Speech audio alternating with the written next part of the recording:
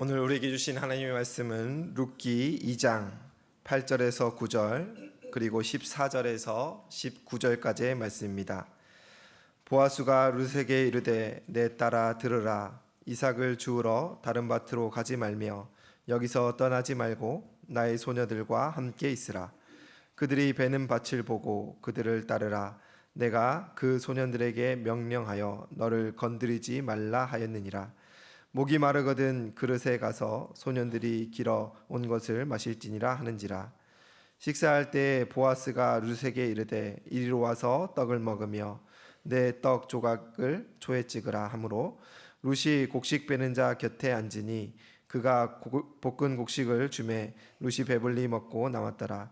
룻이 이삭을 주우러 일어날 때 보아스가 자기 소년들에게 명령하여 이르되 그에게 곡식단 사이에서 줍게 하고 책망하지 말며 또 그를 위하여 곡식 다발에서 조금씩 뽑아버려서 그에게 줍게 하고 꾸짖지 말라 하니라. 룻이 밭에서 저녁까지 줍고 그 주운 것을 더니 보리가 한 에바쯤 되는지라.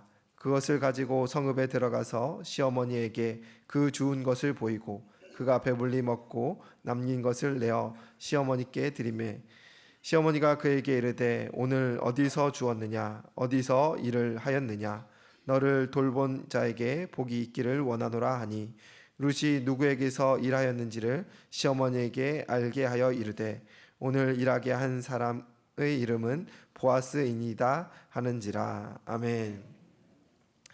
오늘 말씀은 우리 향상교회에서 오랫동안 사역하시다가 포항 충진교회 담임 목사로 부름받아 사역하시는 오재경 목사님께서 하십니다.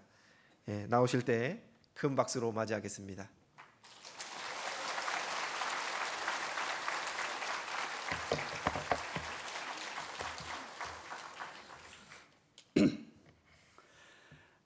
안녕하세요. 오재경 목사입니다. 고향 온 것 같아서 목이 메이네요. 앞에 찬양대 찬양하실 때 앞에 앉아서 여러분들 이렇게 내려다보니까 제가 정말 여기서 보낸 하나님 보내게 하신 그 시간들이 꿈만 같았다. 정말 제게 선물과 같은 시간이었다라는 생각이 들었습니다. 제가 이 자리에서 인사드리고 포항으로 내려간 지가 엊그제 같은데 벌써 6년 담임 사역을 마치고 7년차 안식월을 가지게 되었어요.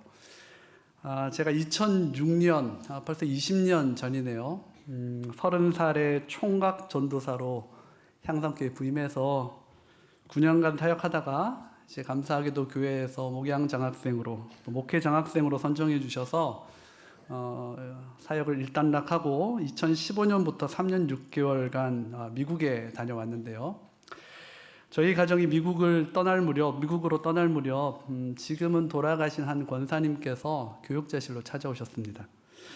그러시면서 쪽지 하나를 가만히 건네셨는데요.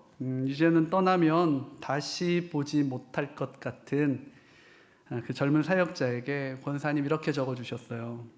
땅 끝에서 죽고 하늘 복판에서 만나요. 절대자 내 아버지의 노예로 섬기다가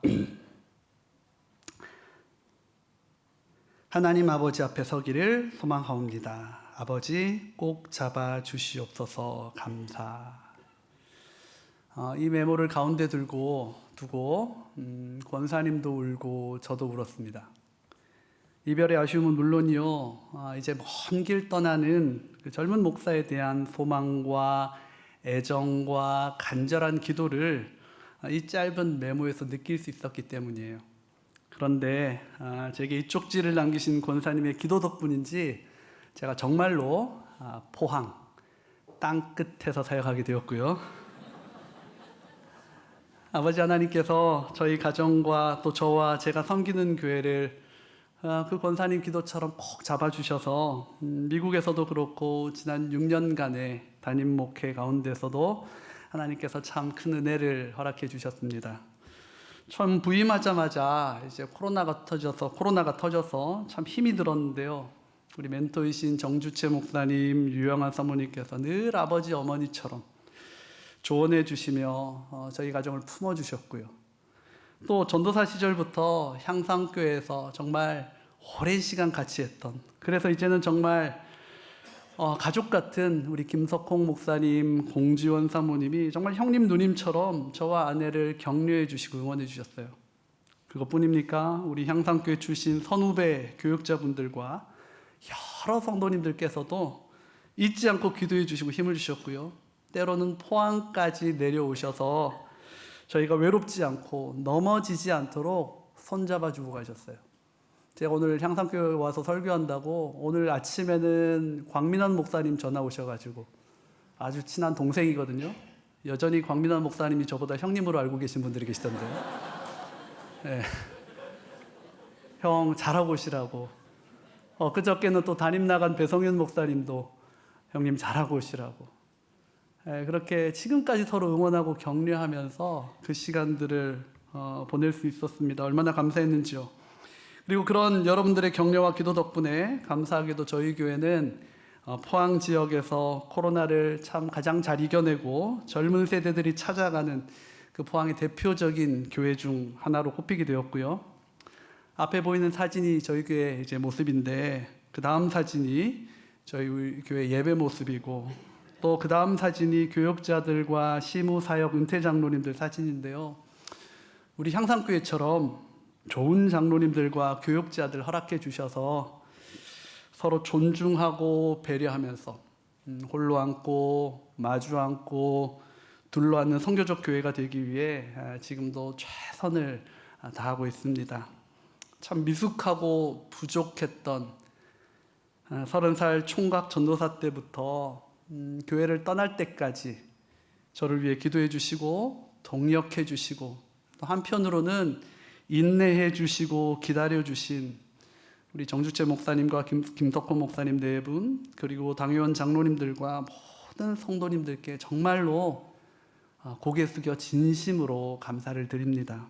이 감사한 마음 절대로 잊지 않고 겸손하고 조심스럽게 하나님 맡겨주신 사역 충성스럽게 잘 감당해 가도록 하겠습니다. 그리고 우리 교육자분들은 수련회로도 오셨고, 또 우리 장로님들께서도 작년에 부부 동반 수련회로 우리 포항 다녀가셨거든요. 여러분들도 언제 한번 가정으로든 목장으로든 부서로든 인구 50만의 작은 도시지만 여러분 포항을 한번 꼭 찾아주십시오.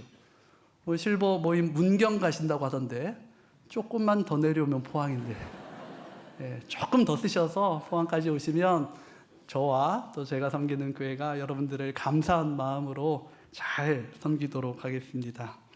말씀 전하기 전에 잠시 기도합니다. 살아계신 하나님, 부족한 자가 앞에 섰습니다. 성령께서 저의 생각과 입술과 마음 가운데 충만히 역사해 주셔서 하나님의 말씀이 말씀답게 전해지게 하여 주시고, 주의 말씀이 선포될 때에 우리의 모든 어두움이 빛으로, 사망이 생명으로 바뀌는 역사가 있게 하여 주옵소서. 감사드리며 예수님 이름으로 기도합니다. 아멘. 얼마 전에 있었던 목사님들 모임에서 이런 이야기를 들었어요. 요즘 목사님들 가운데서 자주 회자되는 이야기인데요. 어느 교회가 주차장이 부족했는데 교회 옆에 땅을 가지고 계신 분이 주일날 그 교회가 그 땅을 주차장으로 사용할 수 있도록 무상으로 사용할 수 있도록 허락해 주셨다고 합니다. 그런데 1년 52주 중에 51주는 사용하게 해주시고 한 주는 사용하지 못하겠답니다. 그래서 불편함을 느낀 교회의 리더들이 그 선생님께 이제 식사를 대접하면서 여쭤봤대요. 선생님, 이 땅을 주차장으로 사용하게 해주셔서 너무 감사한데 왜 한 주는 사용하지 못하게 하십니까? 여러분, 이때 이 땅 주인분이 뭐라고 말씀했는지 아십니까? 그래야 주인이 누구인지 알지요. 이렇게 말씀하셨대요. 제가 이야기를 듣는데 참 인상이 깊었어요. 52주를 다 누리면 사람들은 이 주차장의 주인이 자기인 줄 알고 당연하게 사용하게 되고 마음대로 사용하고 감사함도 있는답니다.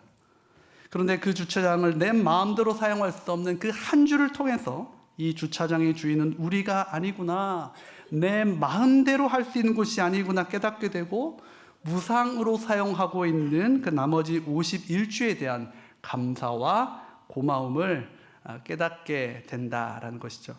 여러분 제가 이야기를 들으면서요, 하나님이 왜 에덴 동산 가운데 모든 것을 허락하셨으면서도 절대로 따먹어서는 안 되는 선악과를 그곳에 두셨는지, 왜 하나님은 우리를 사랑한다 하시면서도 고난과 고통의 시간을 지나가게 하시는지 제가 다시 한번 깨닫게 되었습니다.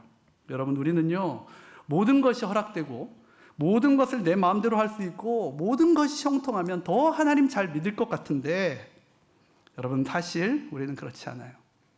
내 인생의 주인이 누구인지 망각하게 되고요. 그래서 내 인생의 주인이 나 자신인 줄로 오해하게 되더라는 것입니다. 그리고 하나님이 우리에게 베푸시는 은혜도 당연한 것으로 여기며 감사하는 삶이 현저히 줄어들게 되는 경우를 우리는 많이 보게 됩니다. 그래서 여러분, 우리가 살면서 고난을 만날 때, 커다란 인생의 파도와 장벽을 만날 때, 내 인생 내 마음대로 안 될 때, 그때 여러분, 우리는 어떻게 해야 합니까? 내 인생의 주인이 누구신지, 나는 누구에게 속한 존재인지를 우리는 다시 한번 생각해야 되고요. 나는 마치 내가 내 자신의 주인이 되어 살지는 않았는지 돌이켜 회개하면서 하나님께 다시 엎드려 은혜를 구해야 하는 것입니다. 그리고 평소에 내가 누리며 살아왔던 모든 것들이 얼마나 크신 하나님의 은혜였는지를 기억하며 더욱 하나님께 감사한 삶을 살아야 하는 것이에요. 그런데 여러분, 오늘 우리가 읽은 룻기 1장에 보시면 그 인생의 고난을 만났을 때, 내 인생 내 마음대로 안 될 때 하나님의 은혜를 구하며 하나님 앞에 엎드리는 것이 아니라 세상의 부요함을 쫓아 떠난 사람이 있는데요, 여러분, 그 사람의 이름이 무엇입니까? 엘리멜렉이었습니다. 룻기 1장 1절에 보시면 사사들이 치리하던 땅에 유다 베들레헴에 흉년이 들었다, 이렇게 기록을 해요. 그래서 그 베들레헴에 살던 엘리멜렉이라는 사람이 자신의 아내 나오미와 두 아들을 데리고 모압 지방으로 이사를 갔다라고 합니다. 그런데 여러분, 이 엘리멜렉 가족의 이사는요, 단순한 거주지의 이동이 아니었어요. 성경이 이들의 이사를 기록하고 있는 것은 이들이 하나님의 손을 떠나 이방신의 손을 잡으려 했기 때문입니다. 여러분, 지금 엘리멜렉이 가족들을 데리고 이주한 이 모압은요, 그모스라는 이 우상신을 섬기는 민족이었는데요, 열왕기하 3장을 보시면 이 모압의 왕은 전쟁에서 이기기 위해서 자신의 살아있는 자녀를 우상신에게 바치기까지 하는, 제물로 바치기까지 하는, 정말 이 승리와 성공을 위해서라면 물불 가리지 않는 그런 이방 민족이었어요. 그래서 이들은 늘 하나님의 구원 역사를 가로막는 성경에 나오는 대표적인 이방 민족 중 하나였죠. 그런데 엘리멜렉이 머물던 그 베들레헴은 어떤 곳이었습니까? 하나님이 은혜를 약속하신 가나안에 속한 땅이었고요, 훗날 메시아이신 예수님이 탄생하실 구원의 땅이었습니다.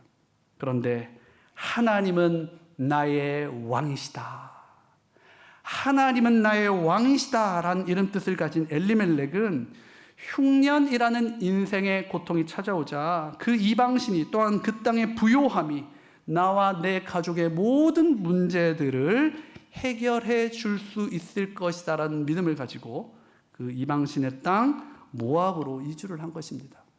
그런데 여러분, 오늘 읽진 않았지만 룻기 1장 1절에서 5절까지를 보시면 엘리멜렉의 이러한 결정과 선택이 하나님이 기뻐하시지 않는 선택이었음을 간접적으로 나타내는데요, 엘리멜렉이 모압 드림을 꿈꾸며 이주를 했음에도 불구하고 엘리멜렉도 그의 아들인 말론과 기럨도 모두 어떻게 되었다고요? 죽었더라. 성경은 이렇게 기록을 합니다. 그래서 이제 남겨진 것은 엘리멜렉의 아내 나오미와 모압 출신의 두 며느리인 오르바와 룻뿐이었는데요, 기쁨과 희락이라는 뜻을 가진 나오미는 이 모압이라는 이방 땅에서 모든 기쁨과 희락을 잃어버리게 됐어요. 그런데 이런 상황에서 룻기 1장 6절을 보시면 하나님께서 자기 백성을 돌보시어, 전 참 이 표현을 좋아하는데, 하나님께서 자기 백성을 돌보셔서 흉년이 들었던 베들레헴에 다시 양식을 주셨다. 풍년이 들게 하셨다. 성경은 이렇게 기록을 합니다. 그래서 모압 땅에서 남편과 두 아들을 모두 잃은 나오미는요, 이 소식을 듣고 자신이 떠나온 베들레헴으로 다시 돌아가기로 마음을 먹습니다. 하나님이 허락하신 은혜의 땅으로 다시 돌아가기로 결단한 거예요. 그런데 여러분, 안타깝게도 이 나오미가 하나님이 약속하신 은혜의 땅인 베들레헴으로 돌아왔지만 그녀의 삶은 극적으로 기적처럼 변하지 않았습니다. 나오미와 그의 며느리 룻은 은혜의 땅, 약속의 땅에 돌아와서도 여전히 힘든 삶을 살아야 했어요. 그래서 여러분, 시어머니와 함께 돌아온 며느리 룻은요, 먹고 살기 위해서, 정말 입에 풀칠이라도 하기 위해서 남의 밭에 가서 일을 해야 했습니다. 그런데 그 룻이 이삭을 죽기 위해 찾아간 곳이 어디였습니까? 베들레헴 마을 밖에 있는 그 보아스라는 사람의 밭이었어요. 그런데 여러분, 이 보아스는요, 자신의 일꾼들로부터 오늘 처음 본 이 룻에 관한 이야기를 다 듣고서는 정말 따뜻하게 그녀를 환대해 줍니다. 룻기 2장 8절에서 9절을 보시면 너는 다른 밭으로 가지 말고 여기서 이삭을 주라 했고요. 자신의 종들에게 이 여인을 괴롭히지도 말고 보호하며 목마를 때 물을 주라고 합니다. 그런데 여러분, 생각해 보면 이 보아스는 처음 보는 룻에게 어떻게 이런 커다란 은혜와 환대를 베풀 수 있었을까요? 처음 보는 여인에게 어떻게 이럴 수 있었을까요? 어떤 목사님 그러시대요? 룻이 너무 예뻐서 그랬다. 그런데 여러분, 보아스가 룻을 환대하고 은혜를 베푼 이유 따로 있었죠. 그것은 하나님께서 그러한 삶을 율법으로 정하셨기 때문입니다.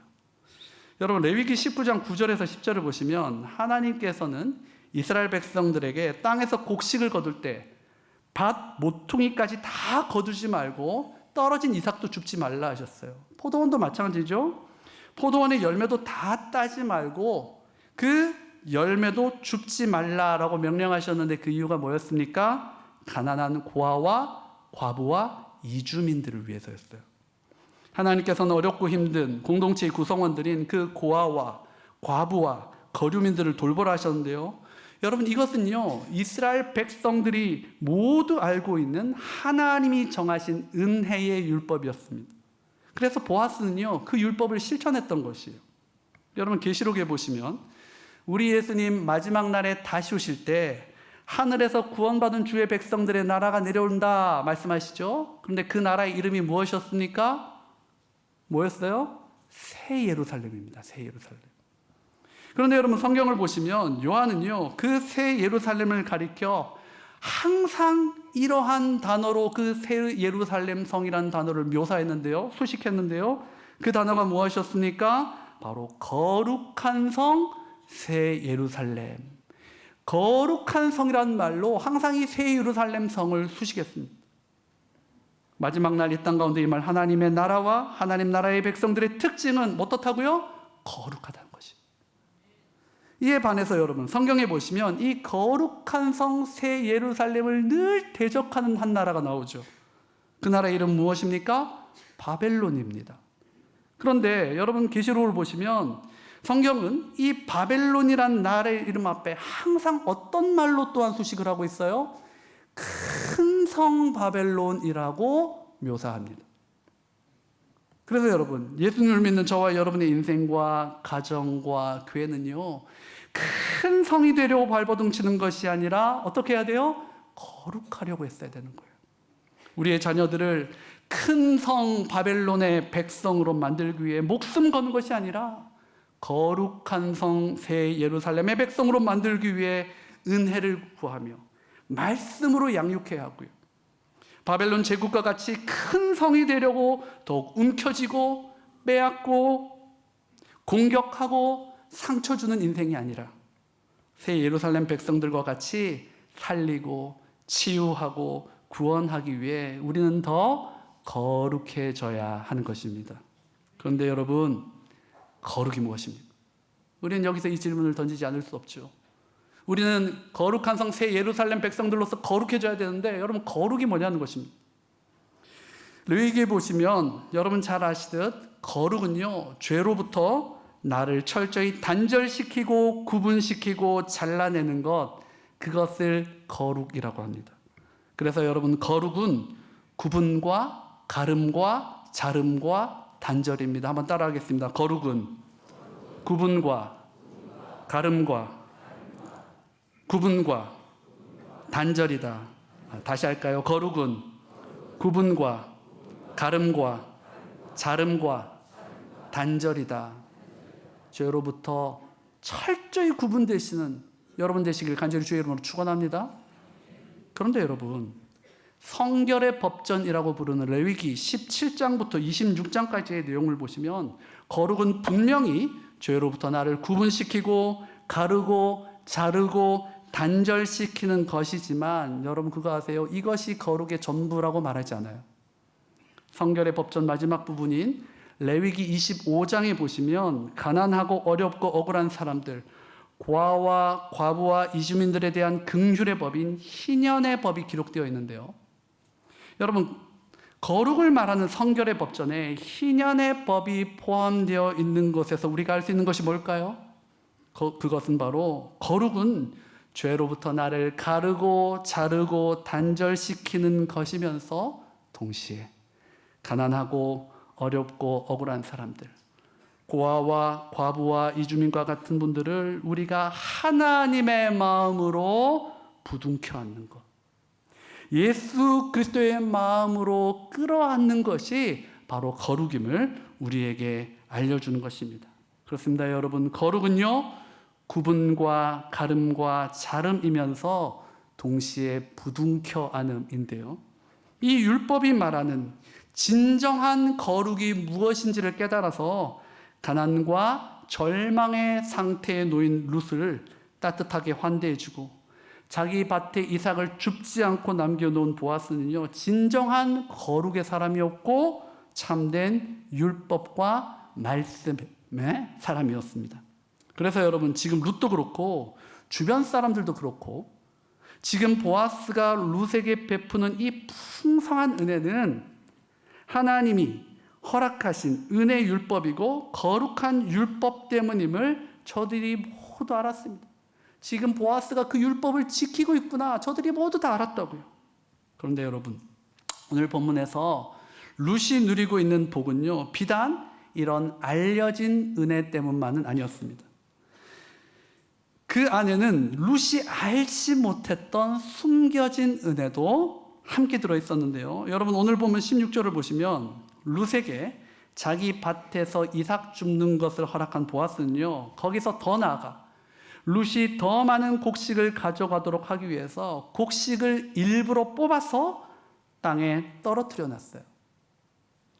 여러분, 룻은요, 보아스를 통해 은혜를 입고 있고 그가 지킨 하나님의 율법과 말씀으로 인해 자신이 은혜를 입고 있다는 사실을 알았습니다. 여기까지는 알려진 은혜, 아는 은혜, 보이는 은혜입니다. 그런데 이 과정에서 보아스가 자신을 위해 곡식을 일부러 뽑아서 땅에 뿌려놓은 줄은 몰랐는데요, 이것이 룻이 알지 못했던 숨겨진 은혜, 보이지 않는 은혜였어요. 그래서 17절에 나오는 룻의 이삭 주머니에는요, 아는 은혜만이 아니라 보아스가 베푼 보이지 않는 긍휼과 자비로 룻이 알지 못하는 은혜, 보이지 않는 은혜로도 함께 채워지고 있었던 것입니다. 여러분, 저는 이 말씀을 묵상하면서 참 은혜가 되더라고요. 어느 날 아침에 이 말씀을 묵상하는데 참 감동이 됐습니다. 왜냐하면 하나님께서는 보아스와 같이 저와 여러분의 삶을 더 큰 은혜로 채우시기 위해 우리가 알지 못하는 순간에도 일하고 계신다는 사실을 다시금 확인할 수 있었기 때문이고요. 우리가 가진 은혜의 주머니에는 저와 여러분이 이미 알고 있는 은혜뿐만이 아니라 우리가 깨닫지 못하고 알지 못하는 숨겨진 은혜, 보이지 않는 은혜로도 채워지고 있다는 사실을 저는 다시금 깨달을 수 있었기 때문이에요. 그래요, 여러분, 우리 하나님은요, 저와 여러분에게 더 큰 은혜를 주시기 위해 우리가 아는 은혜뿐만이 아니라 우리가 모르는 은혜, 숨겨진 은혜로도 채워가고 계십니다. 그래서 여러분, 우리 신자들은 이 사실을 믿고 늘 변함없이 주님을 신뢰하며 그 주님 앞에 나아가야 하는 것이에요. 몇 년 전에 방영된 그 슈룹이라는 드라마가 있습니다. 두룹 아니고 슈룹입니다. 이게 한글로 우산이라는 뜻인데요. 이 드라마에서 자신이 중전임을 감춘 김혜수 씨가 어린 여종을 겁탈한 그 양반을 호되게 질책하고 책망하는 장면이 나옵니다. 아마 보신 분들 아실 거예요. 이 어린 여종은 그럼에도 불구하고 오히려 자기 편을 드는 김혜수 씨에게 양반을 책망하는 행위를 멈추어 달라고 해요. 왜 그랬습니까? 지금 당장은 좋지만 이 여자분이 가고 나면 자기가 당할 그 후환이 두려웠던 것입니다. 그런데 여러분, 그때 사실은 중전이었던 이 김혜수 씨가 그 걱정과 염려와 두려움 속에 있는 여종에게 이런 말을 하지요. 내 힘이 너의 인생에 끼어들었다. 내 힘이 너의 인생에 끼어들었다. 그러면서 여종에게 손을 내밀어 일으켜주고 꼭 안아주었는데요. 많은 시청자들은 이 모습에서 한 나라의 왕비인 중전이 한 여종의 인생을 바꾸는 모습을 우리는 모두 볼 수가 있었습니다. 그런데 여러분, 그거 아세요? 한 나라의 중전이 아니라 온 세상 만물을 창조하시고 다스리고 계시는 만왕의 왕이 되신 하나님께서 저와 여러분의 인생에 끼어드신 정도가 아니라 지금도 저와 여러분의 삶을 붙들고 계시고 저와 여러분의 삶을 인도하고 계시며 저와 여러분의 삶을 책임지고 계십니다. 그래서 여러분, 우리는 눈에 보이는 은혜, 기적적인 은혜, 내 삶을 뒤흔들 만한 놀라운 은혜가 내 눈앞에 당장 펼쳐지지 않는다 하더라도 지금도 여전히 자기 백성들을 돌보시는 그 신실하신 하나님, 우리의 삶을 더 큰 은혜로 채우길 원하시는 그 하나님을 신뢰하며 믿음으로 또한 감사함으로 살아가야 하고요. 에베소 교회에 대한 사도 바울의 마지막 축복이자 저희 아버지가 저희 가정에게 남기신 마지막 유언의 말씀인 에베소서 6장 24절 말씀처럼 우리 성도들은 어떤 상황 속에서라도 우리 주 예수 그리스도를 어떻게요? 변함없이 사랑해야 하는 것입니다.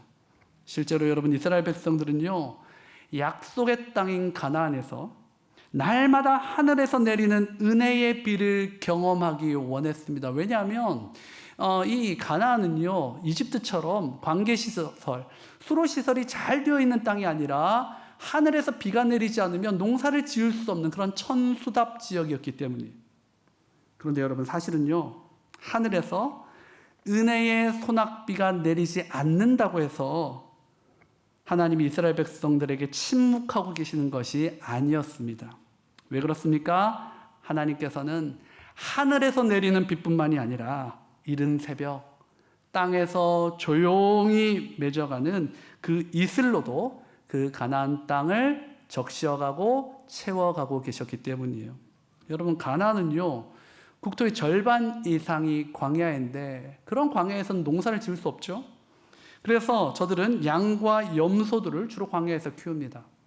그런데 비가 내리지 않고 물이 부족한 광야에서 양과 염소는 어떻게 살아갈까요?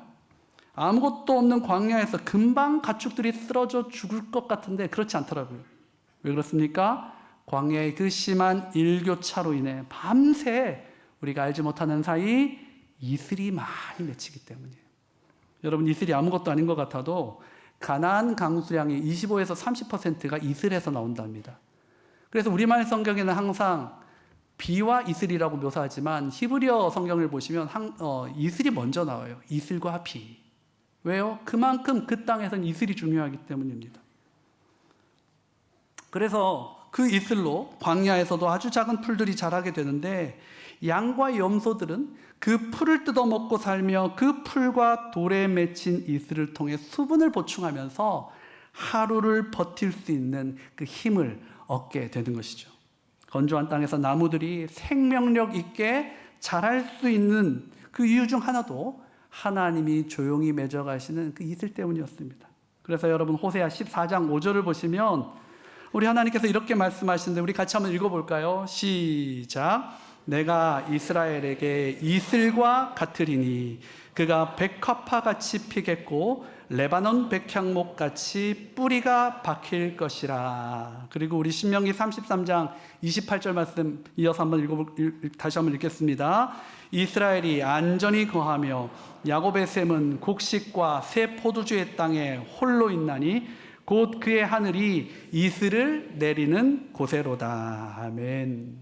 여러분, 이처럼 살아계신 하나님은 하늘에서 내리는 눈에 보이는 비를 통해서만이 아니라 이 조용하고 가만히 맺히는 이슬로도 그 가나안 땅을 젖과 꿀이 흐르는 땅으로 만들어 가셨습니다.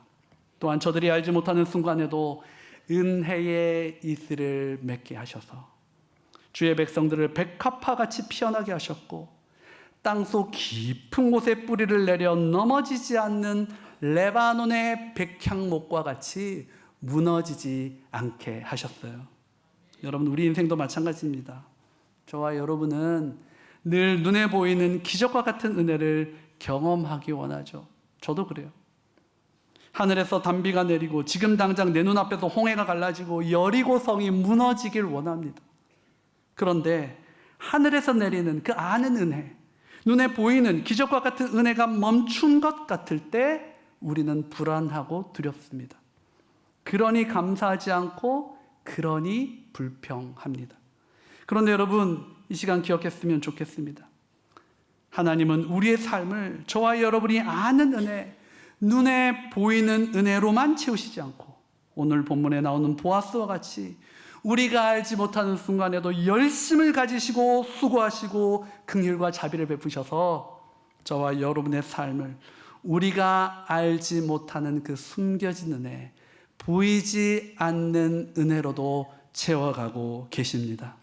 하나님이 우리에게 눈에 보이는 기적과 같이 쏟아지는 은혜의 소낙비를 내리시지 않는 것 같아도 우리가 자고 일어날 때마다, 또한 우리가 알지 못하는 순간에도 은혜의 이슬을 머금게 하셔서 하루를 살아갈 수 있게 하시고요. 내가 알지 못하는 순간에도 나를 위해 기도해 주는 목자님들과 목장 식구들의 그 중보 기도를 은혜의 이슬로 삼으셔서 우리에게 보이지 않는 은혜를 채우시고 룻과 같이, 나오미와 같이 모든 것을 잃어버린 그 절망과 상실의 순간에도 자기 백성인 저와 여러분을 돌보시고 회복시키시는 줄 여러분 믿으시기 바랍니다. 바라긴 이 사실을 확신하시며 숨겨진 은혜, 보이지 않는 은혜로도 우리를 살리고 계신 그 하나님을 더욱 신뢰하며 변함없이 그 하나님 사랑하며 주님 사랑하며 그 예수 그리스도의 길을 걷는 저와 여러분 되시기를 간절히 주의 이름으로 축원합니다. 그런데 여러분, 마지막으로 룻은요, 언제 이 알려진 은혜와 숨겨진 은혜를 경험했습니까? 17절 보시면 은혜의 땅에 들어왔음에도 여전히 힘든 자신의 상황을 비관하지 않고 어머니와 하나님을 원망하지 않고 룻이 아침부터 저녁까지 이삭을 줍고 그것을 털어낼 때 그 은혜가 룻에게 임했어요. 다시 말해 룻의 어떤 특별한 행위나 커다란 집회나 놀라운 기적을 통해 은혜가 임한 것이 아니라 저가 자기 백성을 지키시는 하나님을 신뢰하며 자기 자신에게 주어진 그 평범한 일상을 성실하고 신실하게 살아갈 때, 자신의 시어머니인 나오미를 사랑하며 살아갈 때 보아스를 통한 하나님의 은혜가 그에게 임했다라는 것입니다. 여러분, 우리의 평범한 일상이 아무것도 아닌 것 같아도 우리가 하나님을 신뢰하며 최선을 다해 살아갈 때, 사랑하며 살아갈 때, 섬기며 살아갈 때 하나님은 그런 우리의 평범한 삶 가운데에도 은혜를 내리는 줄 여러분 믿으시기 바랍니다. 여러분, 미션이라는 영화 혹시 기억하십니까? 이 미션이라는 영화에 보시면 남미의 과라니족에게 선교하는 그 가브리엘 신부의 모습이 나오는데요, 극도로 외부인들을 꺼리고 배척하고 심지어 죽이기까지 하는 이 과라니족에게 다가가기 위해서 가브리엘 신부가 어떻게 했어요? 오보에라는 악기를 연주하죠. 그때 여러분 이 가브리엘 신부가 연주한 곡이 무엇입니까? 지금 음악이 나왔어야 되는데 그 유명한 가브리엘의 오보에 지금 흘러나온 이 곡입니다. 모두 들어보셨죠? 전설적인 영화 음악 작곡가인 엔리오 모리코네가 작곡한 곡인데요. 이 곡에다가 이탈리아 가사를 붙여서 그 파페라 가수 사라 브라이트만이 불러서 세계적으로 히트시킨 곡이 우리가 잘 아는 성악가 분들이 자주 부르는 그 넬라 판타지아라는 곡이죠. 그런데 여러분 사실 이 곡을 극 중에서 연주한 이 가브리엘 신부, 이 제레미 아이언스라는 배우는요, 이 오보에를 전혀 부를 줄 모르는 사람이었습니다. 그는 단지 오보에를 들고 배우로서 자신의 역할에 최선을 다했어요. 외부인을 경계하고 죽이려는 과라니족이 실제로 내 앞에 있고 저들을 실제로 나의 연주로 감동시키겠다는 심정으로 손가락을 세심하게 하나하나 움직여가며 진심으로 이 오보의 연주를 연기한 것입니다. 그런데 그거 아세요? 이 곡을 작곡한 엔리오 모리코네가요, 그냥 곡 만들어 놓고 아무렇게나 이 장면에 이 곡을 삽입한 게 아니라 그런 그 배우의 손가락 하나하나를 유심히 살핀 후에 오보이를 연주할 줄 모르지만 제레미 아이언스가 최선을 다해 연기한 그 손가락을 보고 그 손가락 하나하나의 움직임에 맞추어서 음을 입혔습니다.